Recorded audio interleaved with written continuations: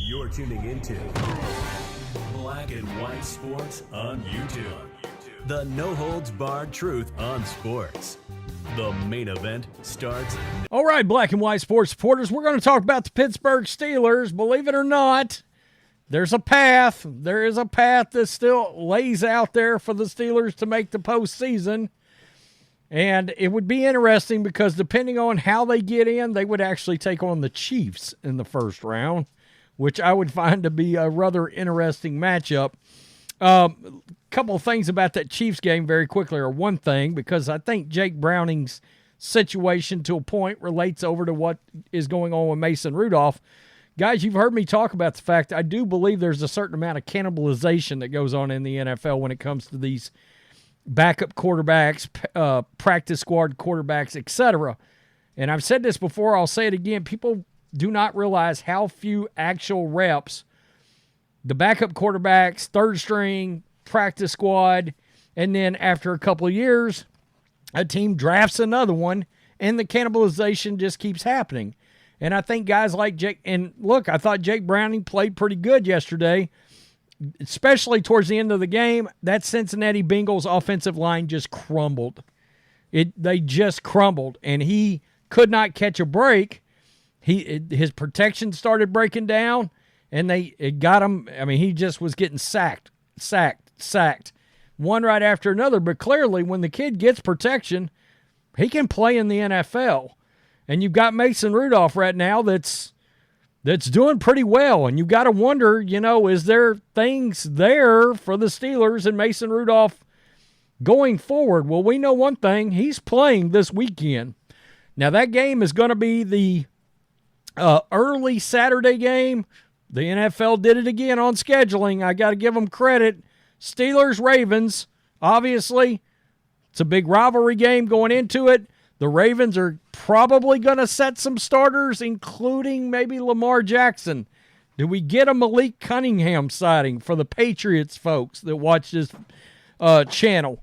Because we cover the Patriots a lot, and man, once the season is over, the Patriots coverage is going to ramp up because of Belichick. But Mason Rudolph is cleared, or Mason Rudolph is starting. Kenny Pickett's cleared. So they did not start Kenny Pickett because by the time he got cleared, Mike Tomlin said that they did not have enough time for him to get reps. I'm going to call some bullshit on that, all right? I think you got to ride the hot hand, and Mike Tomlin, to his credit, said just basically is like, hey, they've benched Kenny Pickett. Let's just keep it real. Let's peel back the curtain. They have benched Kenny Pickett, and you almost have to bench him. I mean, look at this. Mason Rudolph, 2-0, 68.5%, 568 yards, 2 touchdowns, no picks. I mean, there's no way you can bench him right now. You scored 34 points and 30 points with him starting. Again, there's no way you can bench Mason Rudolph. So, with their playoff hopes hanging in the balance, this is ESPN, Steelers are sticking with Rudolph. The 2022 first-round pick, Kenny Pickett, has been medically cleared to return following tightrope surgery on his ankle. Coach Mike Tomlin said Monday he's sticking with Rudolph at quarterback in a must-win regular season finale against the Ravens. Quote, Kenny's availability is less than questioned this week. Said Monday, I anticipate him being able to practice. That said, we've got to leave the ball in Mason Rudolph's hands. He's done a good job. We've done a good job in the 2 most recent weeks. We've taken care of the ball. He's taken care of the ball. We score points at a rate in which we hadn't done to this point this year. And with the urgency of the moment, and because of those reasons, we're going to leave the ball in his hands. Now, that brings us over to this. How is it that the Steelers can make the playoffs and they can still make the playoffs? And honestly, it doesn't seem that far-fetched at this moment. When I look at the scenarios on here, folks, I can't say that this is impossible, okay? I can't say it's impossible. So you're saying there's a chance. Yeah, I am saying there's a chance. So, by the way, Mike Tomlin, will not have another losing season. I mean, even if they lose this weekend, you're sitting there and you're looking at he's got 9 wins. He's got 9 wins right now. So once again, I mean, Mike Tomlin, they're 9-7. It's crazy to think that they could win, just flat win, and at 10-7 they may not make the playoffs. But that scenario certainly is alive, which is crazy at this point, because if you were in the NFC, you would moonwalk in at 10-7 at this point. May have already clinched this past weekend. With 1 game remaining at AFC top seed Baltimore, this is TribLive.com, the Steelers have 28% chance of reaching the playoffs after missing out last season, according to the New York Times playoff simulator. And that's about, now some of these simulators are different. The NFL.com has got a 29% chance. But I'm going to tell you, some of these percentages have swung greatly over the last 2 weeks. So, I would just keep that in mind. Trust me, the percentages change quickly. The Steelers likely need to beat the Ravens. Again, they may rest their starters after clinching the top seed Sunday, and they need some help. It's possible the Steelers could qualify even if they lose. That's what's wild. If they lost this game, there's still a path. If the Steelers win, they need Buffalo to lose at Miami. That's very possible. That may happen. That could happen. All right? By the way, that game's going to be in prime time. It's going to be the last game of Week 18 Sunday Night Football. Or Jacksonville to lose at Tennessee. Now, Ryan Tannehill's going to be starting that game for Tennessee. Will Levis, I think, got hurt. I think Tannehill's starting. If those teams each win, the Steelers could advance in the unlikely chance that the Houston-Indianapolis game ends in a tie. Okay. The Steelers could lose and get in, provided Buffalo and Jacksonville each lose, and Denver defeats the Raiders. I don't think anybody thinks that's not possible. If the Steelers reach the playoffs, they would open at either Buffalo, Miami, or Kansas City. That's cool. That's interesting. In the event Buffalo and Jacksonville each lose, the Steelers, with a win, would be in. The number 6 seed would open the wild card round at Kansas City.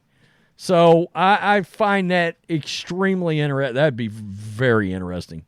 Very interesting. And this article talks about the fact that the Steelers, they seem like a completely changed team with Mason Rudolph leading the charge for them at this point. But, what's going on with some of these quarterbacks? And the reason you don't see a lot of these quarterbacks go to, let's say the all-new UFL, which is the XFL, USFL, those kind of leagues would have been perfect for a Mason Rudolph or a Jake Browning or some of these guys like that to get reps and build their skill up. By the way, quarterback play in those leagues, it's going to go up because they're going to be combining the best quarterbacks into that league now, and it's just going to be a better product. It was a smart move. But they've got to find some way, somehow, to connect that league eventually, I think, with the NFL. And they've got to figure out a way that these quarterbacks that are going to be backups that are younger are going to be the third-string quarterback that is younger, those guys, to play in one of these leagues. There's got to be some kind of solution where guys like Jake Browning and even a Mason Rudolph or somebody that wants to come back right now, Duck Hodges, and some of these other fringe guys to get repetition, because the training camp, the preseason games are starting to fade away. And a lot of these reps from a lot of these quarterbacks, they used to come. That extra preseason game disappearing is a big deal. But the point is, look at how many quarterbacks that are successful now that are drafted not in the first round. I mean, the Brock Purdy thing kind of opened some eyes. And Mason Rudolph is only 28. Jake Browning's only 27. Geno Smith takes back off at 32 years old. And he's played good enough, obviously. They may end up with another winning season, whether or not they get in the playoffs or not. And I don't know if the Seahawks, I hadn't even looked at the Seahawks to see. I mean, the Seahawks still have a chance to get in. They're 8-8 right now. But the point is, Geno is now a starting quarterback in the NFL. And guys like, you gotta give guys like Mason Rudolph and Jake Browning a way to progress their art and work themselves up to being starting quarterback. Jake Browning's going to get looks as a bridge quarterback because of what he's done. Mason Rudolph, if he plays well Sunday, I'm sure the Steelers would lock him down for another year, but the point is, if he got out on the market, he's going to get looks as either a very damn good backup or a bridge starter. And a lot of this has got to do with repetition, being in a system, staying in a system, etc. So tell me what you think, black and white sports supporters. Mason Rudolph has taken Kenny Pickett's job away. Let's just be real. Mason Rudolph has taken a first-round pick's job away. And I liked Kenny Pickett, but I understand this decision. I do. I don't see how you can... Mason Rudolph was once drafted as the heir apparent to Big Ben. Wouldn't that be crazy that we look up 4 years later and he's finally the heir apparent to Ben Roethlisberger? That's wild. The NFL can get very wild. Guys, you got to remember, this is a league where, and I'm a Niners fan, we once had a quarterback come in by the name of Jeff Garcia, played in Canada, all right? He played like 4 of the best seasons any 49ers quarterback ever had, and then became a starter across the NFL for like another 6 or 7 years after that. Did some time with the Eagles, Buccaneers, and ended up having like a 10-year career. It does happen. It does happen, but the avenues to get to that have gotten smaller, and these guys aren't getting enough reps. It's crazy. They need substantial reps. I don't know how teams do it or what they do to figure it out to get these. They're not developing their quarterback. Cam Newton brought that up. They're not developing their quarterbacks. He's not wrong there. Peace. I'm out. Till next time. Thanks for watching the show. Be sure to like, comment, and subscribe. Be sure to tune in next time on Black and White Sports.